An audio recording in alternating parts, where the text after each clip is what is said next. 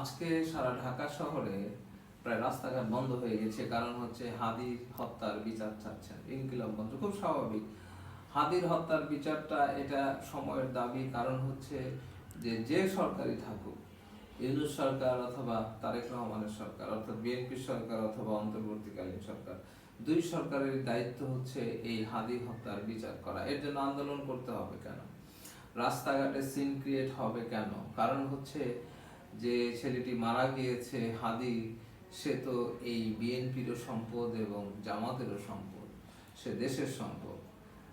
তাকে যারা হত্যা করেছে তারা দেশের শত্রু। তার হত্যার জন্য শুধু ইনকিলাব মঞ্চকে দাবি করতে হবে কেন? এটা একটা হাস্যকর ব্যাপার। এখানে পার্লামেন্টে কাজ করতে হবে, আইন শৃঙ্খলা বাহিনীকে কাজ করতে হবে, দেশের যারা তদন্ত কর্মকর্তা তাদের কাজ করতে হবে।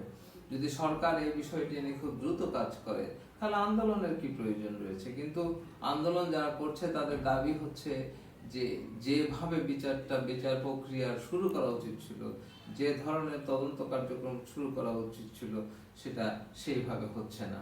যদি একটা জিনিস সেইভাবে না হয়, কিছু সন্দেহ তৈরি হয়, কিছু গুজব তৈরি হয়, কিছু মানুষ বলছে যে এই হাদি হত্যাকাণ্ডের সাথে অমুক তমুক এই সেই বড় বড় লোকজন জড়িত ইত্যাদি ইত্যাদি ইত্যাদি, আসল লোক যাকে ধরা হয়েছে সে হয়তো না, এরকম কথা বাজারে চালু আছে। কিন্তু এই চালুটা থাকবে কেন? এটা তো সরকারের দায়িত্ব। আমি মনে করি যে সরকারের এটা একটি ব্যর্থতা যে হাদি হত্যার বিচার কার্যক্রম চলার পরেও এ নিয়ে আন্দোলন হচ্ছে। যদি আন্দোলন হয়ে থাকে, যারা আন্দোলন করছে তাদের সাথে যারা তদন্ত করছে তাদের তো বসা দরকার যে ভাই এত দূর এগিয়েছে, তোমরা আন্দোলন এই মুহূর্তে করার দরকার নেই, আমরা তো কাজ করছি। তাহলে কি যারা তদন্ত কাজ করছে তারা ঠিক মতন তথ্য দিচ্ছে না? যদি তথ্যগুলো ঠিক মতন তারা দেয় তাহলে কিন্তু এই আন্দোলনটা হতো না। আরেকটা বিষয় হচ্ছে যে ভারতে এই হাদি যে হত্যা করেছিল ফয়সাল, তাকে ধরা হয়েছে। তাকে যে ধরা হয়েছে সেখানে বাঙালি কর্মকর্তারা কি গিয়েছেন? বাংলাদেশের পুলিশ বলেন, বাংলাদেশের আইন শৃঙ্খলা বা তদন্তকারী বা পররাষ্ট্র মন্ত্রণালয়ের কেউ কি গিয়েছেন যে তাদেরকে সহযোগিতা করার জন্য?